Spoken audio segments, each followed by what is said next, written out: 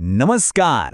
ચાલો આજે એક મોટા અને જટિલ વિષયને એકદમ સરળ રીતે સમજીએ. આજનો આપણો વિષય છે ક્લાઇમેટ ચેન્જ. આપણે તેના મૂળભૂત સિદ્ધાંતોને જાણીશું. સૌથી પહેલાં ચાલો એક સામાન્ય ગેરસમજથી જ શરૂઆત કરીએ, કારણ કે આ સમજવું આપણી આખી ચર્ચા માટે ખૂબ જ જરૂરી છે. ક્લાઇમેટ ચેન્જને સમજવા માટે પહેલાં હવામાન અને ક્લાઇમેટ વચ્ચેનો તફાવત સમજવો પડે.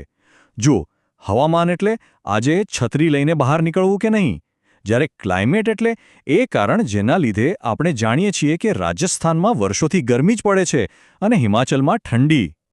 તો જ્યારે આપણે ક્લાઇમેટ ચેન્જની વાત કરીએ છીએ ને, ત્યારે આપણે આજકાલના હવામાનની વાત નથી કરી રહ્યા. ના, આપણે દાયકાઓથી ચાલી આવતી સરેરાશ પેટર્નમાં જે મોટા અને કાયમી ફેરફારો થઈ રહ્યા છે તેની વાત કરી રહ્યા છીએ. તો સવાલ એ થાય કે આ બધું બદલાઈ કેમ રહ્યું છે? આટલા મોટા ફેરફારો પાછળ કોનો હાથ છે? મુખ્યત્વે એના બે કારણો છે. ચલો એને સમજીએ.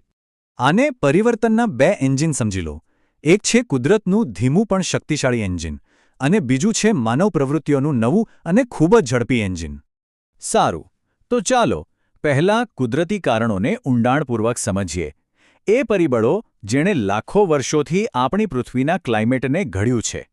કુદરતી કારણોમાં સૌથી નાટકીય કદાચ જ્વાળામુખી વિસ્ફોટ છે. વિચારો કે જાણે પૃથ્વી પર કોઈએ એક મોટી કામચલાઉ છત્રી ખોલી દીધી હોય. જ્યારે જ્વાળામુખી ફાટે છે ત્યારે તેની રાખ અને ગેસ આકાશમાં એટલા ફેલાઈ જાય છે કે સૂર્યની ગરમી જમીન સુધી પહોંચી જ નથી શકતી. અને આ કુદરતી ઘટનાઓ કેટલી શક્તિશાળી હોય છે એનું આનાથી સારું ઉદાહરણ શું હોઈ શકે? જરા વિચારો, 1991માં માઉન્ટ પિનાટુબો ફાટ્યો અને માત્ર એક જ્વાળામુખીએ આખી દુનિયાનું તાપમાન 0.5 ડિગ્રી સેલ્સિયસ જેટલું નીચે લાવી દીધું. બીજા કેટલાક કુદરતી ફેરફારો તો એટલા ધીમા હોય છે કે હજારો લાખો વર્ષો લઈ લે છે. જેમ કે સૂર્યની ઊર્જામાં થતો નાનકડો ફેરફાર, અથવા તો પૃથ્વી પોતાની ધરી પર સહેજ ઝૂકે છે અને સૂર્યની આસપાસના તેના ચક્કરમાં થોડો ફેરફાર થાય છે. આ બધાને ભેગા મળીને વૈજ્ઞાનિકો મિલાન્કોવિચ સાયકલ્સ કહે છે. તો એ તો થઈ કુદરતી કારણોની વાત. પણ હવે વાત કરીએ બીજા એન્જિનની, એટલે કે માનવ પ્રવૃત્તિઓની, અને જોઈએ કે આપણે આ પ્રક્રિયાને કેટલી ઝડપી બનાવી દીધી છે. એમાં સૌથી મોટું કારણ છે જંગલોનો સફાયો. જંગલોને પૃથ્વીના ફેફસા કહી શકાય, ખરું ને? એ હવામાંથી કાર્બન ડાયોક્સાઇડ શોષી લે છે. પણ જ્યારે આપણે જંગલો કાપી નાખીએ છીએ ત્યારે આપણે જાણે પૃથ્વીની આ કુદરતી કાર્બન સાફ કરવાની ફેક્ટરીઓ જ બંધ કરી દઈએ છીએ. અને જુઓ, વાત ખાલી જંગલોની નથી, આપણી ખેતી કરવાની રીતો પણ અસર કરે છે. આ સ્લાઇડ બતાવે છે કે કેવી રીતે ડાંગરના ખેતરોમાંથી મિથેન અને ખાતરના ઉપયોગથી નાઇટ્રસ ઓક્સાઇડ જેવા શક્તિશાળી ગ્રીનહાઉસ ગેસ પેદા થાય છે. પણ આ બધામાં જો કોઈ એક સૌથી મોટો ભાગ ભજવતું હોય તો એ છે અશ્મિભૂત ઇંધણનું દહન, એટલે કે કોલસો, પેટ્રોલ અને ગેસ બાળવા. પછી ભલે તે વીજળી બનાવવા માટે હોય, ગાડીઓ ચલાવવા માટે હોય કે પછી ફેક્ટરીઓ ચલાવવા માટે હોય, આ બધું જ વાતાવરણમાં મોટા પ્રમાણમાં ગ્રીનહાઉસ ગેસ ઠાલવે છે. સારું, તો આપણે કારણો જોયા, કુદરતી અને માનવસર્જિત. પણ હવે સવાલ એ છે કે આ બધાની અસર શું થઈ રહી છે, અને આ અસરો હવે આખી દુનિયામાં સ્પષ્ટપણે દેખાઈ રહી છે. આખી પ્રક્રિયા એક સાંકળ જેવી છે. પહેલું પગલું, આપણે ગ્રીનહાઉસ ગેસ હવામાં છોડીએ છીએ જે ગરમીને પકડી રાખે છે. બીજું પગલું, એના કારણે પૃથ્વી અને સમુદ્રો ગરમ થાય છે.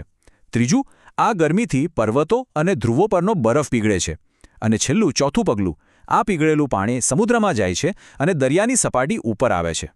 અને વાત ખાલી દરિયાની સપાટી વધવા પર નથી અટકતી. એની અસરો ચારે બાજુ ફેલાયેલી છે. અચાનક ભયંકર ગરમી પડવી, ક્યાંક પૂર તો ક્યાંક દુષ્કાળ, મોટા મોટા વાવાઝોડા આવવા, આ બધું વધુને વધુ સામાન્ય બની રહ્યું છે. એની અસર ખેતીથી લઈને સમુદ્રી જીવો સુધી બધે જ થઈ રહી છે. તો આપણે કારણો સમજ્યા, અસરો પણ જોઈ. આ બધું સાંભળીને થોડી ચિંતા થાય એ સ્વાભાવિક છે. પણ સૌથી મોટો સવાલ એ છે કે શું હવે કંઈ થઈ શકે છે? અને સદનસીબે જવાબ છે હા. ચાલો જોઈએ કે શું કરી શકાય છે. આ સમસ્યાનો સામનો કરવા માટે આપણી પાસે ઘણા રસ્તાઓ છે. આપણે વધુને વધુ વૃક્ષો વાવી શકીએ છીએ, જંગલોને બચાવી શકીએ છીએ, ખેતીની એવી પદ્ધતિઓ અપનાવી શકીએ જે ઓછું પ્રદૂષણ કરે. અને સૌથી અગત્યનું, કોલસા પેટ્રોલને બદલે સૂર્ય અને પવન જેવી સ્વચ્છ ઊર્જાનો ઉપયોગ કરી શકીએ. નાનામાં નાના ફેરફારથી પણ મોટી અસર થઈ શકે છે. તો આજે આપણે શું જોયું? આપણે સમજ્યું કે પૃથ્વીની પોતાની એક ધીમી, કુદરતી ગતિ છે અને એની સામે આપણી પ્રવૃત્તિઓની એક ખૂબ જ ઝડપી અસર છે. આ બંને વચ્ચેનો તફાવત જાણ્યા પછી હવે આપણે સૌએ મળીને નક્કી કરવાનું છે કે આપણે આવનારા ભવિષ્યને કેવો આકાર આપવા માંગીએ છીએ. વિચારવા જેવી વાત છે, ખરું ને?